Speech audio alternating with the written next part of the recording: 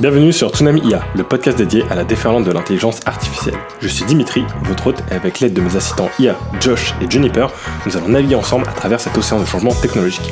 Si vous aussi vous avez le sentiment que l'IA est un changement majeur sur lequel il faut réfléchir et s'informer, ce podcast est fait pour vous. Nous explorons, nous décryptons et surtout nous essayons de surfer sur cette immense vague de transformation que l'IA apporte à notre société. Durant chaque épisode, nous plongerons dans des sujets d'actualité, nous discuterons parfois avec des experts pour vous donner les outils nécessaires pour embrasser cette révolution. Est-ce que vous êtes prêts à plonger avec moi ? Alors cette semaine, on parle d'un modèle open source qui bat ChatGPT en maths, de Elon Musk qui rentre en guerre avec OpenAI, et avant ça, on va commencer par une news qui concerne Nvidia, qui est accusée d'aspirer du contenu de YouTube et Netflix pour former ses IA. Donc Nvidia, connue pour ses GPU indispensables à l'intelligence artificielle générative, est accusée d'avoir collecté massivement des vidéos de YouTube, Netflix et d'autres sources sans autorisation pour entraîner ses modèles propriétaires.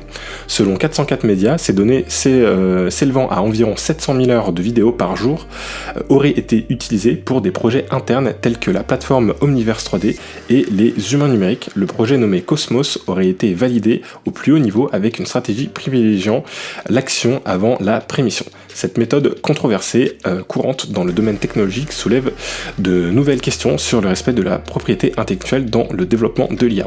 Et voilà, c'est un sujet qui n'arrête pas de revenir. On se rend compte que globalement, tous les grands acteurs en fait de l'intelligence artificielle générative se retrouvent un petit peu avec des casseroles derrière eux, et ils ont un petit peu tous utilisé a priori du contenu qui est sous copyright. Et en même temps, quand on voit ce qu'ils arrivent à faire avec certains de leurs modèles, avec la rapidité avec laquelle ils arrivent à avoir des modèles de très grande qualité.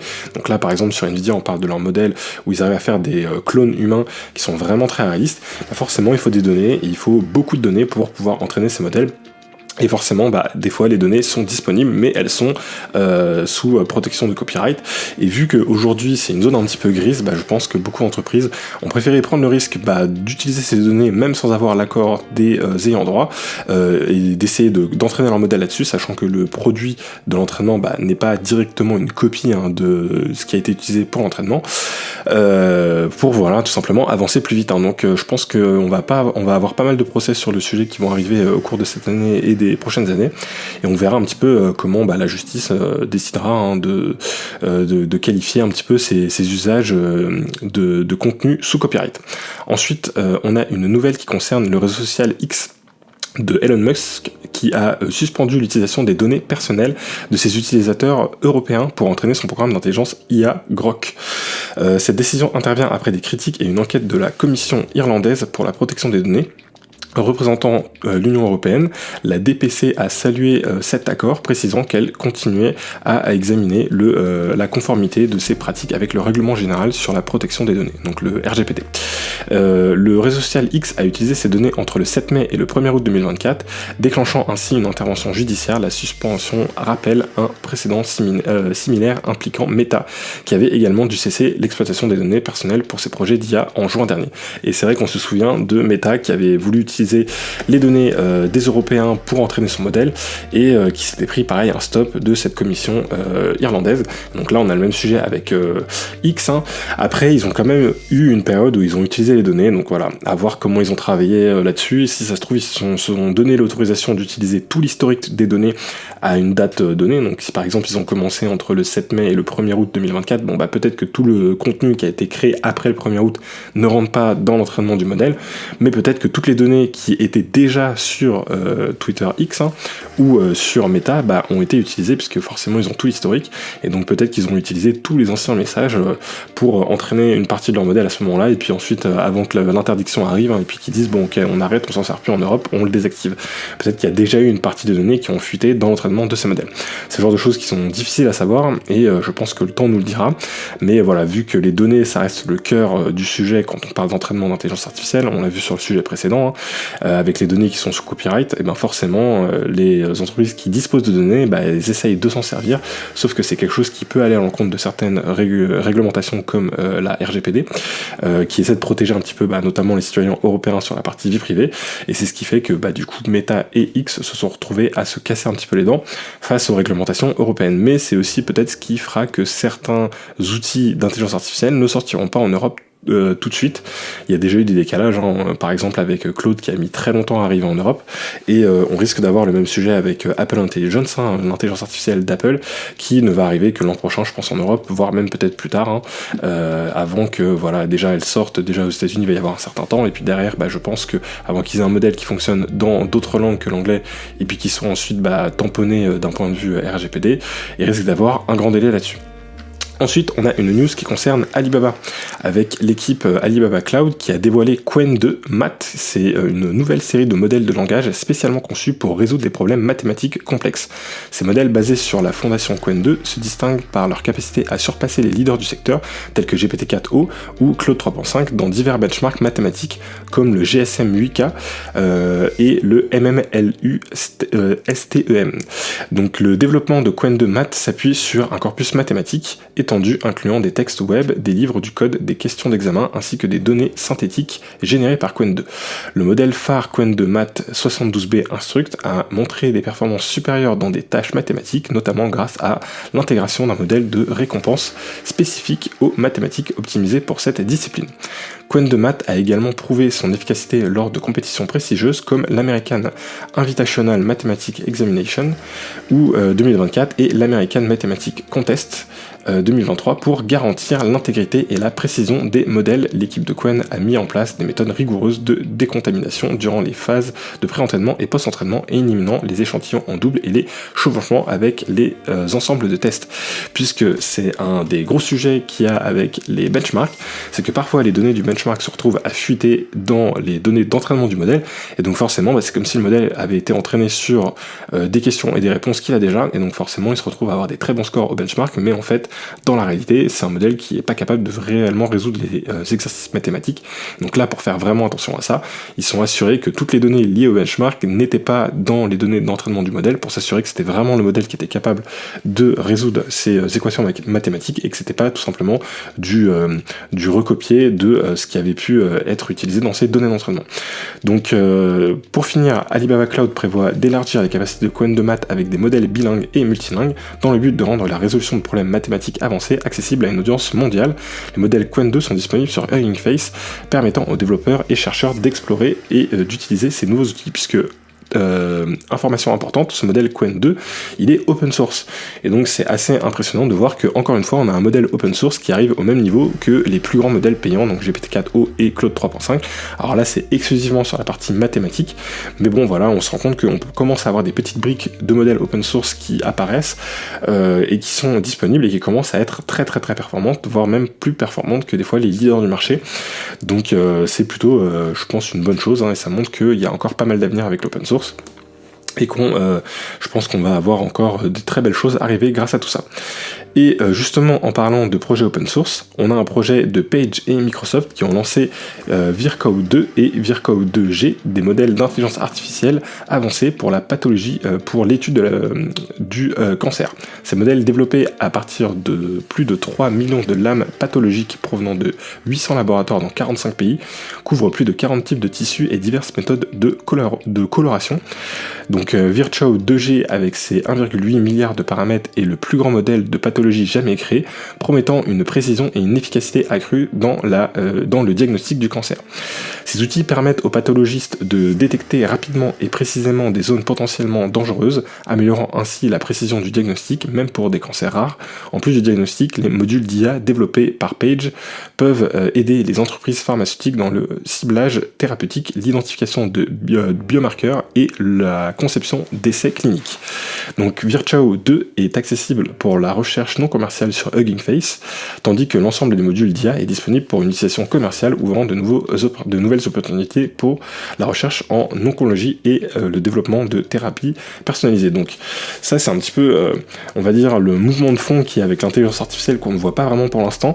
C'est toutes ces recherches qui sortent, tous ces articles qui sortent, en particulier dans la médecine, qui, grâce à l'intelligence artificielle, permet de vraiment réaliser de véritables progrès Donc là, on est sur l'identification de cancer, et en plus de ça, ce modèle va être disponible de façon open source pour la recherche, donc c'est des choses qui vont pouvoir faire vraiment avancer la médecine, et forcément, on va pas s'en rendre compte tout de suite, je pense que c'est des choses qui vont arriver au fur et à mesure des années, mais on va vraiment voir des très grands progrès, je pense, dans certains domaines de la médecine, et pas uniquement, on a vu aussi que c'était quelque chose qui était très pertinent dans la recherche aussi de matériaux, et je pense qu'il va y avoir pas mal de domaines scientifiques qui vont vraiment être boostés grâce à l'IA. On le voit déjà avec de nombreux papiers de recherche qui sortent petit à petit, et donc forcément il va y avoir toujours un décalage entre le moment où la recherche est publiée, la partie théorique, etc., et au moment où ça arrive d'un point de vue pratique dans le monde de tous les jours, mais voilà, c'est un véritable mouvement de fond qui est en cours, et sur lequel je pense qu'on va voir des choses assez impressionnantes arriver dans les prochaines années. Enfin, on a une news qui concerne OpenAI, qui traverse une crise de leadership alors que 3 figures clés quittent l'entreprise. Donc on a John Schulman, cofondateur d'OpenAI, qui rejoint le rival Anthropic. Anthropic, c'est les créateurs de Claude, pour se concentrer sur l'alignement de l'IA. Son départ suit celui de Jan Leke et d'Ilya Sutskever. Donc Ilya, il était parti pendant les petites vagues qu'il y avait eu quand Sam Altman s'était fait virer puis réintroduit dans l'entreprise. Et donc ils ont tous deux ayant également quitté OpenAI pour poursuivre des projets similaires, donc plutôt sur la partie alignement de l'IA. D'ailleurs, ils avaient annoncé la création de leur propre startup, j'ai oublié son nom, sur laquelle pour l'instant on n'a pas trop de nouvelles. Greg Brockman, le président d'OpenAI, a annoncé une longue absence aussi jusqu'à la fin de l'année.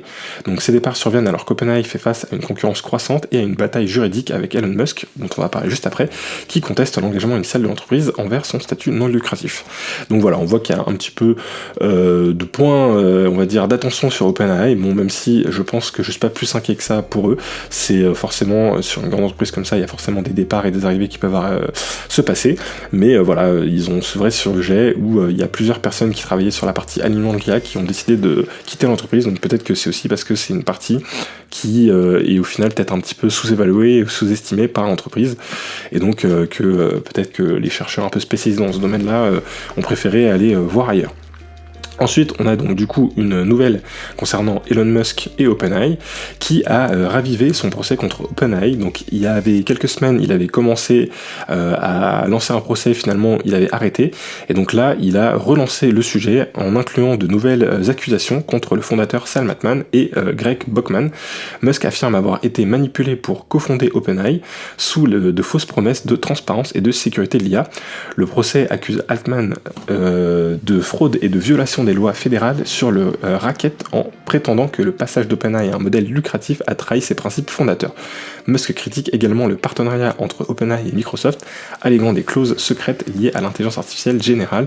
Ce procès pourrait avoir des répercussions importantes sur le développement futur de l'IA et sur la responsabilité des entreprises technologiques. Donc pour revenir un petit peu sur l'histoire de base, en fait Elon Musk il avait fondé avec Sam Altman OpenAI comme une entreprise à but non lucratif.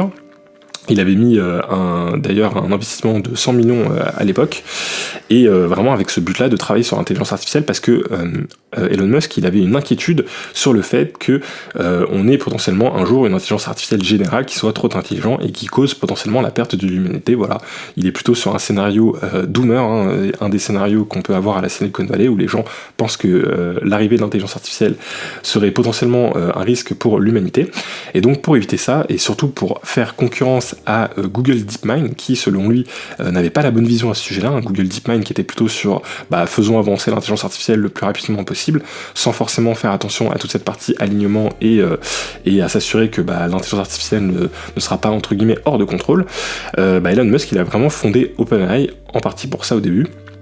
Et au final, ce qui s'est passé, c'est qu'ensuite il s'est un petit peu désintéressé du projet, il est parti sur d'autres choses, forcément il gère pas mal d'entreprises déjà, et au final, OpenAI, ce qui s'est passé, c'est que Sam Altman a créé une filiale de la structure qui était non-profit pour créer la version qui, elle, peut générer de l'argent, et c'est dans cette entité-là que Microsoft a injecté plus de 13 milliards pour créer vraiment la partie for profit, donc qui vraiment crée de l'argent d'OpenAI.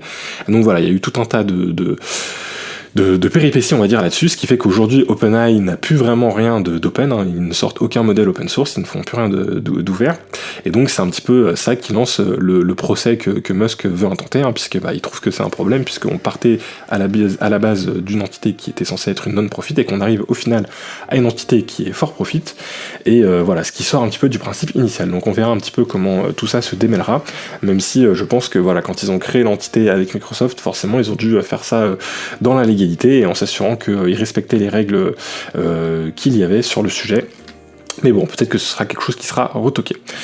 Donc voilà un petit peu pour toutes les grosses nouvelles qu'il y avait cette semaine. Je veux juste conclure par une dernière chose qui concerne une étude que je retrouvais un petit peu intéressante sur le sujet. Donc voilà, encore une fois cette semaine on fait un épisode assez court, on est toujours un peu sur la période des vacances. De mon côté, moi j'ai pas mal de projets aussi, donc j'essaie de vous faire quand même des petits épisodes, mais voilà, je suis obligé de faire un petit peu plus court. Alors je vais quand même vous faire, une fois que j'aurai terminé la partie news, une toute petite partie sur l'utilisation de l'IA de la semaine, parce que j'ai une utilisation qui était assez intéressante cette semaine, qui pourrait intéresser certains d'entre vous. Notamment ceux qui sont un petit peu intéressés sur les sujets liés à l'immobilier.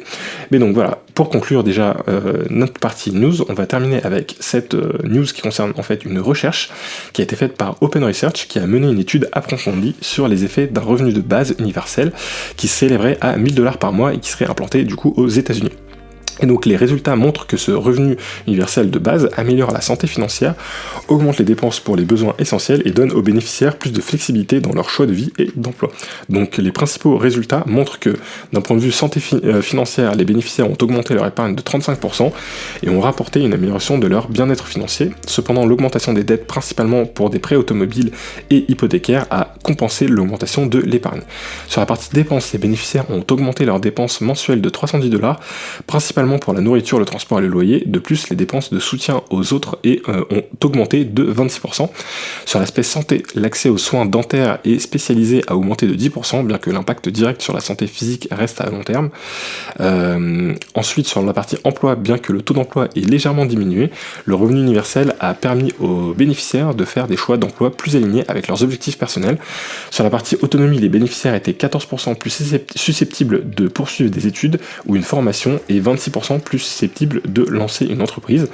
Et enfin, sur la partie mobilité résidentielle, le revenu universel a augmenté la probabilité de déménager de 11% et la recherche active de logement à 23%.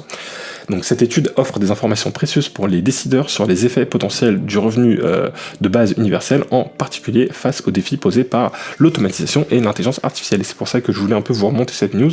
C'était pour vous dire voilà, qu'il y a quand même des recherches qui sont un peu en cours et qui, a priori, sont pour l'instant assez positives sur le revenu universel de base. Donc j'en avais parlé dans un des tout premiers épisodes de podcast. Moi je pense que c'est quelque chose qu'on va vraiment devoir envisager dans tous les pays à partir du moment où l'intelligence artificielle va commencer à remplacer beaucoup trop de métiers. Donc pour l'instant c'est encore un mouvement de fond qui arrive petit à petit, mais voilà, il y a des métiers qui sont en train de vraiment être complètement transformés par l'intelligence artificielle, hein. Je pense à des métiers comme celui de traducteur par exemple, où voilà, c'est de plus en plus compliqué de travailler alors que maintenant on a des outils d'intelligence artificielle qui sont quand même très performants. Et donc du coup, face à ça, il faut forcément des nouvelles solutions, et je pense que le revenu universel de base, c'est une très bonne stratégie en tout cas à adopter, puisque c'est pas parce que l'intelligence artificielle apporte, en tout cas remplace certains métiers, que il n'y a pas d'autres solutions pour que voilà, chacun trouve sa place et son utilité dans la société, et que voilà, ce soit pas forcément directement corrélé à un salaire. Et donc je pense que c'est assez pertinent d'envisager ce principe-là, puisque les personnes n'auront pas forcément tous un travail qui sera ultra pertinent. Tout le monde ne pourra pas se reconvertir en chercheur dans l'intelligence artificielle, donc voilà, il y aura forcément un sujet là-dessus à voir. On pourra en reparler à l'occasion dans un autre épisode. J'aimerais bien trouver un invité qui connaît un petit peu le sujet, peut-être un économiste ou quelqu'un qui serait un petit peu calé là-dessus pour nous en parler. Donc j'essaierai de vous préparer ça plutôt à partir de la rentrée, pour voir un petit peu quel retour on pourrait avoir sur ce sujet. Voilà, c'était tout pour la partie news, et maintenant je vous fais juste un petit laïus sur mon utilisation de l'IA de la semaine. Et donc cette semaine, je suis resté un petit peu sur un usage assez classique des trois gros modèles que j'utilise en ce moment. Donc on a ChatGPT 4o qui est un peu voilà le leader aujourd'hui qu'on a. On a Claude 3.5, moi que je trouve Claude Sonnet 3.5 que je trouve vraiment assez performant. Je trouve qu'il a tendance à souvent être un peu plus pertinent que ChatGPT. Et enfin, on a Gemini 1.5 Pro qui, a priori, d'après les derniers benchmarks, serait en train de passer devant les deux autres concurrents. Et donc cette semaine, j'ai voulu faire un test en utilisant le même prompt et en utilisant les mêmes documents. Donc ce qui s'est passé, c'est que j'ai envoyé une promesse d'achat, voilà, pour un achat immobilier à chacun des modèles, et j'ai essayé de voir s'ils étaient capables de détecter les éventuels points d'attention, les éventuels risques qui pourrait y avoir liés à cette promesse. Et donc forcément, quand on signe une promesse d'achat, c'est un document qui est assez lourd. Donc il y a un premier document qui doit faire une vingtaine de pages, qui est rédigé avec le notaire, qui stipule un petit peu les conditions de la vente. Et puis derrière ça, on a tous les documents qui sont obligatoires, qui doivent être rattachés à cette promesse de vente. Et il y en a beaucoup. Donc pour un bien qui est en copropriété, ce qui est le cas du bien que j'achète, vous allez avoir par exemple les 3 dernières AG du syndic. Donc c'est des documents qui font souvent une trentaine de pages au moins. Derrière, vous allez avoir tous les diagnostics énergétiques, les diagnostics d'amiante, de plomb, etc. Donc vous allez avoir pas mal aussi de documents là-dessus. Vous allez avoir après aussi tous les diagnostics liés à la situation du bien. Donc par exemple tout ce qui est nuisance sonore, nuisance industrielle, risque de glissement de terrain, etc. Enfin voilà, c'est très très lourd. Vous avez beaucoup de documents. Et donc là typiquement pour la promesse en question, moi je me retrouvais avec un document PDF qui faisait 460 pages. Donc assez long à lire, je vous cache pas. Donc je me suis dit que après une première lecture du document un peu rapide, ce serait pas mal de faire une lecture avec l'aide de différents assistants d'intelligence artificielle pour être sûr que je n'ai pas raté certains points d'attention. Et donc j'ai fait un premier test avec GPT-4o, je lui donne le document, je lui demande de me dire s'il y avait des points d'attention. Il m'a fait quelque chose qui était plutôt intéressant, mais il a quand même tendance à faire des erreurs et surtout à oublier certains points clés du document. Donc par exemple, typiquement sur la partie diagnostic énergétique, ChatGPT, il a été incapable de détecter qu'il y avait des travaux à faire sur la partie électrique. Donc il m'a dit que la partie électrique était bonne, alors que c'était pas du tout le cas. Il y avait de nombreux points d'attention sur le diagnostic électrique, et il y avait des choses à faire dessus, et il est complètement passé à côté. Au niveau de Claude 3.5, là j'ai atteint une autre limite, c'est que tout simplement le document était trop grand. Il a une taille de contexte de 128 000 tokens, et malheureusement le document était beaucoup trop grand pour cette taille de contexte. Donc même en essayant de rétrécir un peu le document, en essayant de le couper, j'ai pas réussi à lui faire tester, de me faire revoir l'ensemble de ce document là, parce que tout simplement il était un peu trop grand. Donc c'est là aussi on voit un peu les défauts de certains modèles, même s'ils sont très performants, si leur taille de contexte n'est pas assez grande, ils peuvent être assez limités. Et donc le grand gagnant sur mon test, ça a été vraiment Gemini, où lui il a l'avantage d'avoir une très très grande taille de contexte, il est à 2 millions de tokens de taille de contexte comparé aux 128 000 tokens de Claude 3.5 par exemple. Ça fait une véritable différence.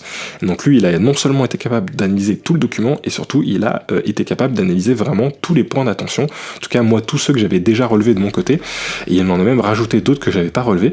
Et typiquement sur la partie diagnostic électrique, il s'est pas trompé, il a pu me redonner les infos exactes.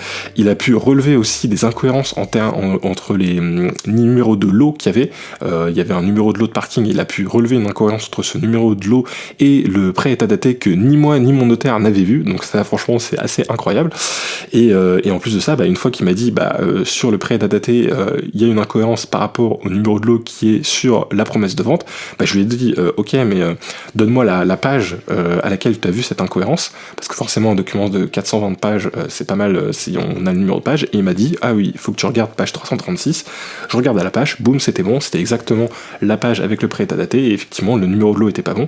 Et c'est là où je trouve qu'il est vraiment bon, c'est que non seulement il est capable d'analyser un très gros fichier, mais en plus de ça il est vraiment capable d'aller chercher une information hyper précise dans ce très gros fichier. Si je lui posais la question sur ok redonne-moi la page du diagnostic électrique, il était capable de me la chercher.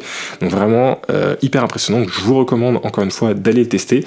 Il est soit possible de vous abonner avec votre compte Google à l'abonnement Google One pour avoir accès à Gemini directement dans votre compte Gmail, mais c'est je crois le premier mois gratuit, après c'est 22€ par mois.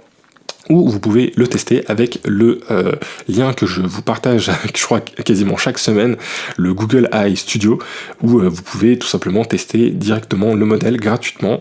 Voilà, je crois qu'il y a une petite limite au niveau du nombre de requêtes qu'on peut le faire, mais moi j'ai jamais atteint la limite, donc vraiment il y a largement de quoi faire. Et vous pouvez lui donner des très gros fichiers, vous pouvez lui donner de l'audio. Voilà, c'est comme ça que moi je fais toutes les descriptions de mes podcasts. C'est avec Gemini 1.5 Pro.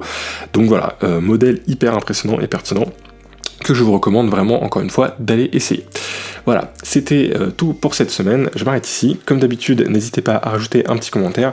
Je suis vraiment en retard sur le post de vidéos sur YouTube, donc voilà, j'ai au moins 3 épisodes de retard je crois, donc je vais les poster, hein.